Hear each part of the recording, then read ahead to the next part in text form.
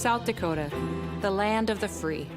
With our breathtaking landscapes and wide open spaces, we're a place to safely explore.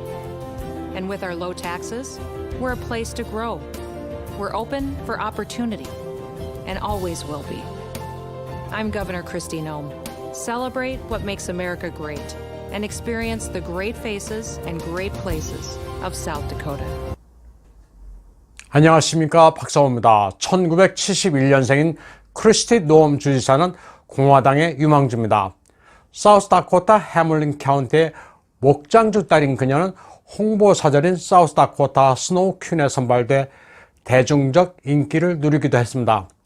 20살에 결혼했지만 부친이 사고로 세상을 떠나자 가업을 물려받기 위해 2년 만에 학업을 중단하고 사업을 확대했습니다. 그리고 주와 연방 하원 의원에 이어 2018년 중간선거에서 사우스다코타 최초의 여성 주지사가 됐습니다. 자유의 땅 사우스다코타의 공화당 주지사답게 총기 휴대 요건을 완화했고 낙태 요건은 강화했습니다. 크리스티 주지사는 남성 못지않은 투지와 신념으로 자신의 정치 캐리어를 개척해온 인사입니다. 페미니즘과는 거리가 먼 소심파입니다. 크리스티 노엄은 우한 폐렴을 구실로 락다운을 시행해서는 안 된다는 소신을 가지고 있습니다. 때문에 민주당의 집중적인 공격을 받기도 했지만 물러서지 않고 있습니다.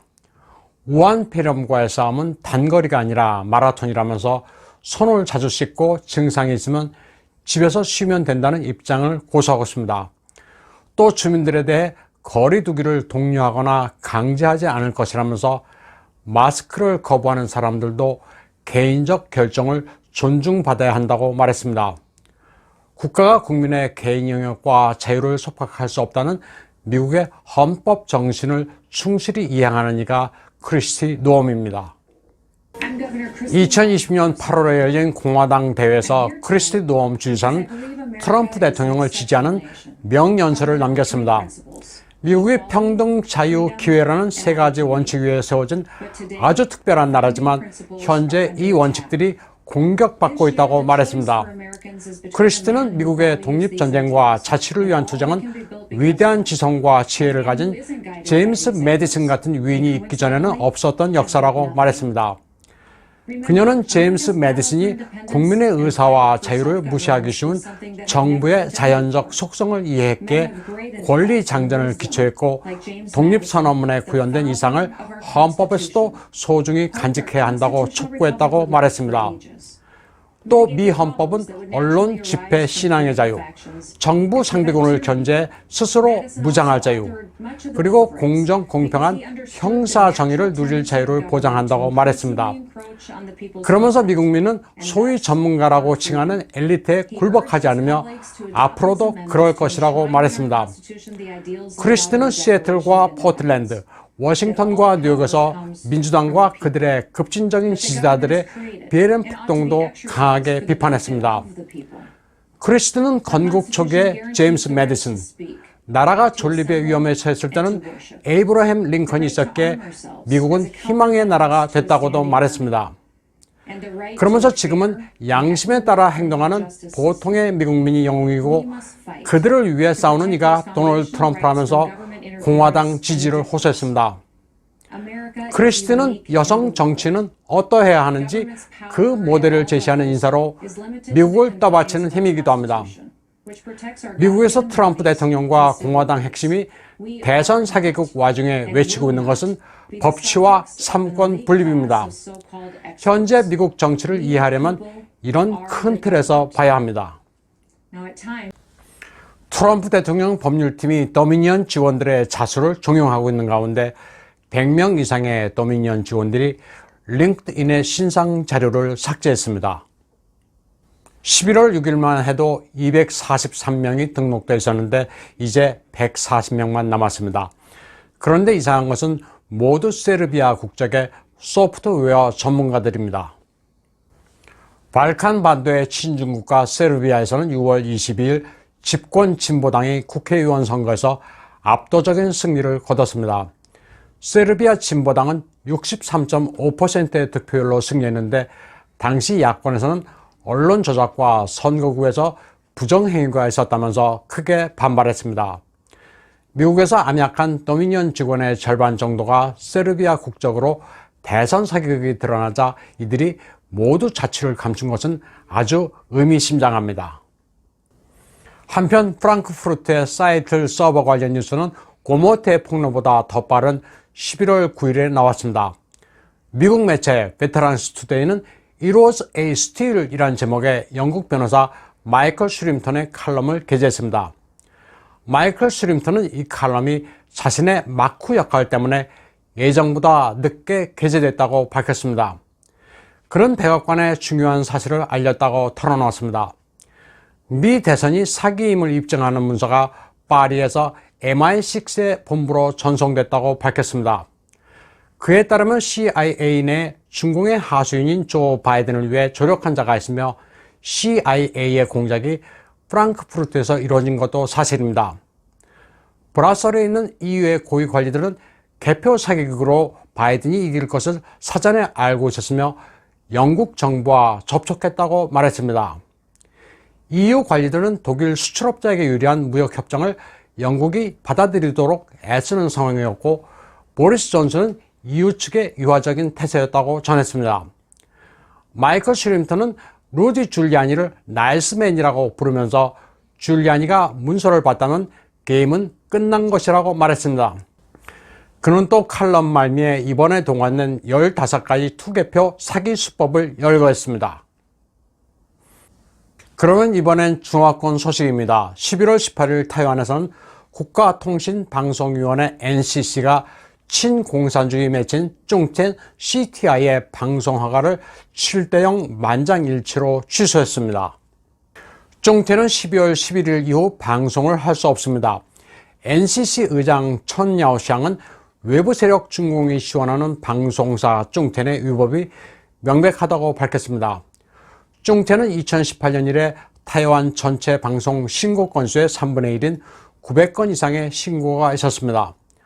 또 이 방송사 대주주 차이엔밍은 직원들을 탄압했고 중공과 공모해 타이완의 언론 자유를 억눌러 왔다고 NCC는 밝혔습니다. 식품회사 왕왕 집단의 CEO로 쭝텐의 대주주 차이엔밍은 1992년부터 중공에서 사업을 확장한 이래 그의 수입 90%는 중공에서 나오고 있습니다. 또 중공 고타입반의 지령을 받아 왕왕 집단 산하의 언론 매체들을 빨갛게 물들인 인사입니다. 2019년 6월 23일 타이베이 총통부 앞 카에다 걸란 대도에서는 친중공의 붉은 매체를 퇴출해야 한다는 시민들의 대규모 시위가 벌어진 적이 있습니다. 이때 타이완의 자유시민들은 중공의 지령과 자금을 받아 통일전선 전술의 도구로 전락한 쭝텐 같은 매체를 퇴출시켜야 한다고 외친 바 있습니다. 쭝텐 측은 차잉원 정부의 언론 탄압이라면서 크게 반발하고 있지만 매국 행위를 하고 있는 매체 퇴출은 아주 잘한 일이라고 민진당 정부를 응원하는 타이완인들이 훨씬 많습니다. 중공 베이징 펑타이구 신庄촌의 공산당 지부 전석이 스펑강이 범죄 조직 결성과 부패 등 15개의 죄목에 걸려 무기징역에 처해졌습니다.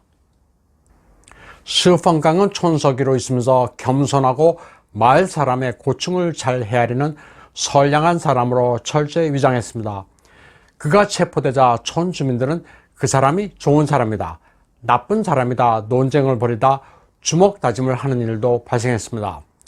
스펑강은 그러나 실제로는 갱단과 연계돼 상당한 부를 축적한 것으로 나타났습니다. 그는 20여 亩 되는 부지에 1만 평방미터의 거대 저택을 소유하고 있었으며 그 안에는 700만 유엔의 현금과 30여 개의 금괴와 사치품, 수십 대의 자동차를 숨겨놓고 있었습니다. 또 호화 저택에는 KTV, 수영장 등 없는 게 없었습니다. 가난한 시골 동네 촌석이었던 그가 축적한 재산은 5억 8천만 유엔에 달한 것으로 드러났습니다.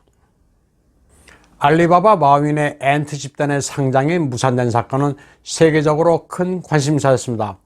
마윈은 영어 교사에서 사수성가해 중국 최고의 거부가 된 인사입니다. 그러나 중공에서는 공산당의 도움이 없이는 부자가 되지 못합니다.